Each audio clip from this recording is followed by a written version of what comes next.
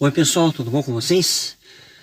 Pois é, no vídeo de hoje eu vou falar sobre esse assunto que está em alta nas últimas semanas, aí, né, que é a respeito da tal tentativa de golpe que as pessoas quiseram fazer no dia 8 de janeiro, né? E as altas penas que algumas pessoas receberam, né? Como o caso mais emblemático, que é o da cabeleireira Débora, que recebeu 14 anos, né? E assim, uns dizem que isso é um grande exagero pelo que ela fez, né? E outros dizem que não, tem que ser isso mesmo. Por quê? Porque ela queria que os militares tomassem o poder à força e assim perderíamos a democracia, né? Pois bem, vamos ver se é isso mesmo? Fica comigo até o final aqui nessa reflexão. Se precisar, aí acelera um pouquinho o vídeo. Se você não for inscrito, já se inscreva no canal, curta, compartilha, comenta se concorda, se não concorda. Tudo isso já ajuda o canal a ir mais pra frente. E vamos lá. Você sabe exatamente o que as pessoas que acampavam em frente aos quartéis queriam, né? Depois que terminou a última eleição presidencial aí? Pois muitos não sabem, porque o que elas queriam era o quê? Que se invocasse o artigo da Constituição, né? Aquele artigo número 142, para que se fizesse aí uma auditoria do nosso processo eleitoral, né? Algumas pessoas sabem ou fingem demência para não saber o que as pessoas que acamparam em frente aos quartéis queriam, né? Não só as que acamparam em frente aos quartéis queriam, mas muitos outros patriotas que não fizeram isso também queriam. Eles não queriam uma tomada de poder à força por parte dos militares. O que eles queriam? Que se invocasse o artigo da Constituição, né? Que golpe é esse que é usar a Constituição, né? Para quê? Aquele artigo 142 ali, que, enfim, não sei se seria o caso de se usar para isso, né? Mas era o que elas queriam. Para quê? Para que se houvesse novas eleições com uma eleição auditável, né? Porque o que temos hoje em dia são caixinhas mágicas, né? E que elas dão resultado e ninguém sabe como que acontece, né? Tanto é que no fatídico 8 de janeiro, a maior faixa que tinha ali era o quê? Queremos o código-fonte, né? Alguma coisa assim, né? Então é isso. O povo queria isso, queria uma eleição auditável, que eles pudessem ter certeza do resultado, né? Ninguém queria dar um golpe ali, não, meu candidato perdeu, mas eu quero que ele fique assim da mesma forma, né? Eu creio que a maioria das pessoas, se tivesse um segundo meio de se apurar os votos, né? Que seria o voto impresso, né? Se desse o resultado de que o MONUSCO ganhou, ia ser paciência, né? Vou fazer o que agora, né? Seria também o meu caso, né? Até hoje eu tenho dúvida, né, desse resultado da última eleição. Mas se por outro meio me provassem que o atual presidente ganhou a eleição, eu ia fazer o quê? Eu ia tocar minha vida, ia fazer o quê? E era exatamente isso que muitas das pessoas que estavam acampadas em frente aos quartéis fariam, né? Ali, ó, temos aqui ó, o voto impresso aqui e também deu que o MONUSCO ganhou. Aí iam para casa, iam fazer o quê? Ninguém queria dar um golpe na democracia. Então, já que querem falar em atentado contra a democracia e a vontade popular, vamos voltar no tempo em toda essa história aí, né? As nossas caixinhas mágicas, né? Elas falam tanto que elas são ultramodernas, o melhor que há, a tecnologia mais de ponta que há em questão de apuração de resultado eleitoral, né? Mas a verdade é que as nossas caixinhas mágicas são de primeira geração. Ou seja, são carroças da década de 90. E o principal problema delas é que elas não dão auditabilidade do processo. E essa auditabilidade nas caixinhas mágicas mais modernas, né? Um dos meios é o próprio voto impresso que o povo tanto quis, né? Que você digita ali, você vê na tela, dá um ok, daí sai o impresso ali, você confere se é isso mesmo, não, beleza, daí a máquina ali picota e cai numa urna ali, né, para se no eventual dúvida ter um outro meio de se auditar, né. E assim, nesse sentido de auditabilidade, né, até a Venezuela tem uma eleição mais confiável do que a nossa, nesse sentido. E só abrir um pequeno parênteses aqui, já que estamos falando aí de atentado contra a democracia e a vontade popular e a Constituição, né? Vamos lembrar aqui do referendo que houve em 2005, né, sobre se o povo queria deixar de portar instrumentos de defesa ou não, né. E eu, naquela época, na minha ingenuidade dos meus 20 anos, né, votei a favor desse estatuto, né, do desarmamento, né, e ainda mesmo assim ele perdeu, né, o povo não queria o desarmamento, né, e a própria Constituição fala que um dos meios de o povo exercer a sua vontade é através do referendo. E o povo exerceu sua vontade direta ali e foi respeitado? Não foi respeitado, né. Então até hoje sofremos com isso, né. A questão de bandidos se sentirem livres para poder fazer o que quiserem com a população. Mas pior do que isso, ainda pior do que isso, nós temos hoje uma polícia que age como uma Gestapo do regime e ninguém pode fazer nada. E agora, voltando ao assunto principal aqui, vamos agora passar para a eleição de 2014, ainda quando o Aécio foi o candidato contra o PT ali. Teve uma votação bem apertada e uma apuração para lá de esquisita. Então o PSDB solicitou uma auditoria, né, uma revisão do processo ali, e que se descobriu que as caixinhas mágicas eram inauditáveis. Olha só, quem poderia imaginar, né? Quem poderia imaginar que o equipamento de última geração da década de 90 fosse tão ruim assim, né, nessa questão, né? E desde então começou essa luta pelo voto auditável, né? Sendo aí o voto impresso para uma segunda contagem se necessário, né? Se houverem dúvidas, como foi que aconteceu na última eleição. E fizeram esse projeto, né? Foi votado na Câmara, no Senado, eles aprovaram isso, né? A democracia acontecendo ali. Então o presidente Dilma vetou, o Congresso Nacional derrubou o veto, ou seja, uma grande maioria do Congresso Nacional, dos representantes do povo, queria que a nossa eleição fosse dessa maneira, né? Como um outro meio de auditabilidade. Isso era para ter sido implementado na eleição de 2018, não foi. Ficaria para agora a última eleição de 2022. Só que aconteceu um negócio muito inusitado. O então presidente do TSE, o Barroso, foi lá ter uma conversa com os líderes partidários para abortar esse negócio de voto auditável, voto impresso, que seja. Então, assim, eu queria saber o que tanto esse homem falou para os líderes partidários que os convenceu de não passarem adiante essa questão do voto auditável, né? Eu quero saber, eu quero ser convencido também, né? Não quero ficar arrumando encrenca à toa aí, né? Se é um negócio que convencer os caras, eu também quero ser convencido. Mas vai saber o que os convenceu, né? A parar com esse projeto, né? E chegamos à fatídica eleição de 2022, sem o voto auditável, né? A eleição foi presidida por um sujeito que é inimigo declarado de uma das partes, né? Por si só isso já tornaria a eleição nula. Qualquer leigo no assunto sabe que um juiz de um processo não pode ter afinidade ou desafinidade com alguma das partes.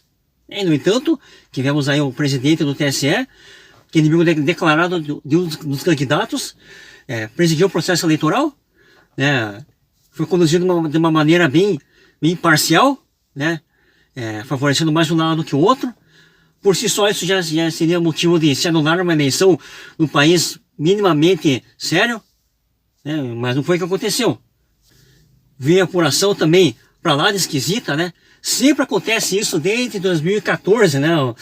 O candidato do PT começa embaixo da apuração e vai subindo até passar o outro, né? É uma curiosidade muito interessante isso, né?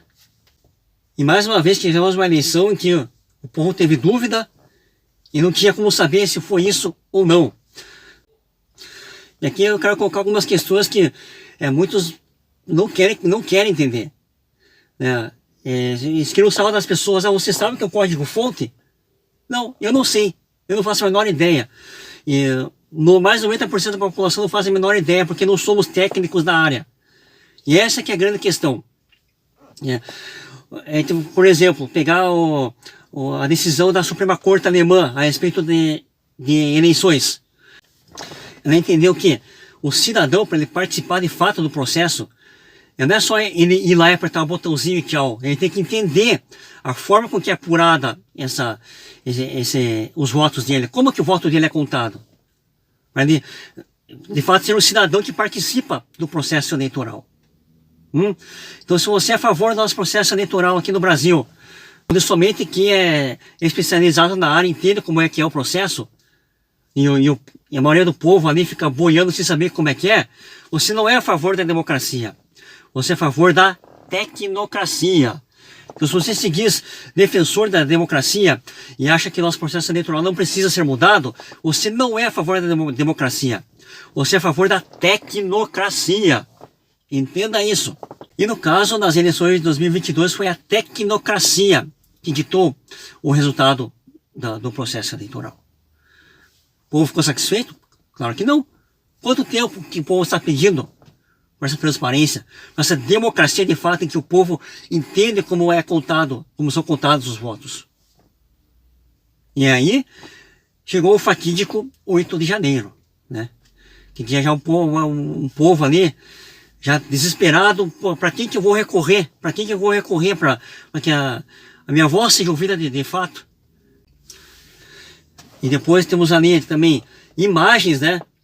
De dentro ali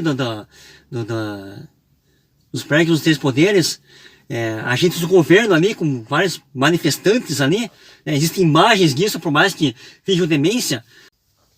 Existem imagens do general G. Dias oferecendo água para os invasores, né? Então existe essa questão dos infiltrados, que começaram o negócio, e aconteceu o quê? Tinha um monte de gente ali desesperada, o efeito manada acabou também indo no embalo, né? Tem gente de bem que acabou fazendo isso, né? A própria senhora que acabou defecando ali na mesa do dito cujo ali, né? Interessante que já tinha a imprensa ali pronta para registrar tudo, né? Uma coisa bem interessante, estava ali prontinha já lá dentro dos prédios ali para registrar as coisas. Uma coisa que me ocorreu, né? O caso ali da Débora, ela falando no depoimento dela, de que ela foi induzida a escrever de batom na estátua. É um sujeito que ela nunca viu ali, ia escrever, induziu ela a fazer isso. Interessante que logo ali tinha uma jornalista, não sei se agora é da Folha, aquela tal da Gabriela Biló, que estava ali para registrar o momento. Você viu que interessante? Que coincidência interessante. E essa mesma jornalista foi lá e vasculhou todas as redes sociais da Débora para dar embasamento à condenação dela. Mas é tudo coincidência, né? E tivemos aí esse ato em que muitas pessoas que realmente quebraram coisas ali não foram condenadas. Como eu não sei, cadê? Existe individualização da pena? Não existe. Então, cadê as pessoas que realmente quebraram? Não, tá aqui, identificamos esse aqui que quebrou essa vidraça, então ele está preso ali. Não tem, né? Que as pessoas aí desesperadas, né, que foram no embalo e acabaram fazendo coisas que normalmente não fariam, né? Foi aqui um ato de vandalismo. No meio da confusão tem gente que chegou ali, que nem tinha participado de nada, acabou presa, inclusive perdeu a vida na cadeia, né? O caso do Clezão. E todo mundo ali, todas eles, a grande maioria réu primário, sem foro privilegiado, foram julgados diretamente pela Suprema Corte, ou seja, sem nenhum direito a recorrer de nada, alguém para revisar essas penas, essas condenações. E no mesmo dia, o governo federal decreta intervenção federal sobre o Distrito Federal, destituindo o governador democraticamente eleito, né, para tomar conta da situação. Mas que coisa, né? Pegar o dispositivo constitucional, que é o 142, para fazer uma revisão da eleição ou pedir novas eleições, é um golpe contra a democracia. Agora o governo que decreta intervenção federal para tirar o governo eleito, aí não é atentado contra a democracia. Nessa mesma intervenção, o interventor ali, que eu não vou me lembrar o nome agora, mas ele varreu para debaixo do tapete muita coisa que colocaria o governo federal em maus lençóis. Aí a oposição lutou para conseguir a CPI do 8 de janeiro, que o governo não queria de jeito nenhum, mas foram lá e conseguiram as assinaturas necessárias e abriu essa CPI. E o que aconteceu? O governo tomou conta da CPI, sendo que a CPI geralmente não, é para ser um instrumento da oposição, numa democracia de verdade, né? Para confrontar o governo.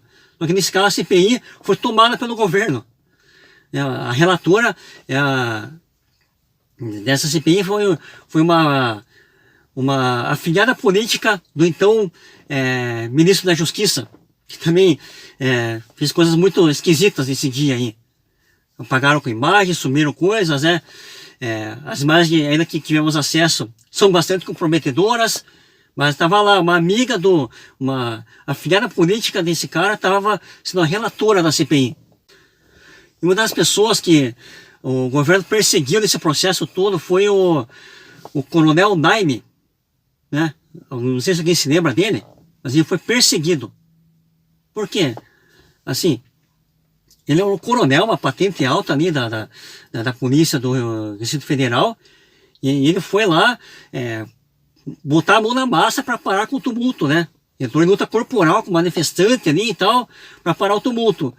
Por quê? Por que perseguiram esse cara? Era para ter mais tumulto? Era para acontecer mais coisas? Então essa é a nossa situação, né? Temos aí um regime que age a revelia da Constituição do devido processo legal, que persegue pessoas por sua posição política. Temos uma mídia vendida, né, que aplaude tudo isso, passa pano para tudo isso, mas vários acéfalos aí que defendem isso, né? Então, diante disso, se pede o quê? Se pede a anistia. E por que anistia? Porque pedir o mínimo de bom senso no judiciário brasileiro é pedir muito, né? É um sonho inatingível por enquanto, né? Que o judiciário haja de maneira correta. Então, o que se propõe é a anistia, porque as pessoas que estão sendo injustiçadas, né, que deveriam ter uma pena por vandalismo, que seja, estão tendo penas exorbitantes aí. Maiores até do que cometem crimes hediondos. E eu já expliquei aqui, já desenhei para vocês. Ninguém queria matar a democracia. Ninguém queria acabar com a democracia nesse processo. Então, que entra na cabeça de alguns acéfalos que ainda repetem esses chavões aí. E um dos chavões que a gente ouve muito hoje em dia é o sem anistia, sem anistia. Isso, na verdade, é só o resultado da atual situação intelectual do povo brasileiro. Eu estava vendo esses dias que o QI médio do brasileiro é de 84. É um QI baixíssimo, é um nível acima dos chimpanzés e 2 níveis acima dos orangotangos. É uma coisa lastimável que está acontecendo na nossa nação. Isso eu coloco isso como fruto do socioconstrutivismo que é colocado nas escolas brasileiras. Para resumir bem o que é o socioconstrutivismo, é um método educacional em que a pessoa que passa por esse método, ela relativiza muitas coisas, né? E nessa relativização de tudo, a pessoa não consegue juntar Lé com Cré. Então é o que temos hoje aí, né? Vários atentados contra a nossa democracia foram feitos, mas um atentado contra a democracia é alguém ir lá e pintar de batom numa estátua. A pessoa que, num ato de desespero ali, acabou fazendo algum vandalismo, né? Então é isso que temos hoje, né? Então os gritos de sim anistia são fruto do atual estado intelectual brasileiro que não consegue juntar Lé com Cré. Então, tem muita coisa a ser feita em nosso Brasil ainda aí. Não é só a questão da anistia, de termos um judiciário minimamente correto. Tem muita coisa a ser feita para o nosso Brasil, mas temos esperanças. Deus abençoe a todos e até a próxima.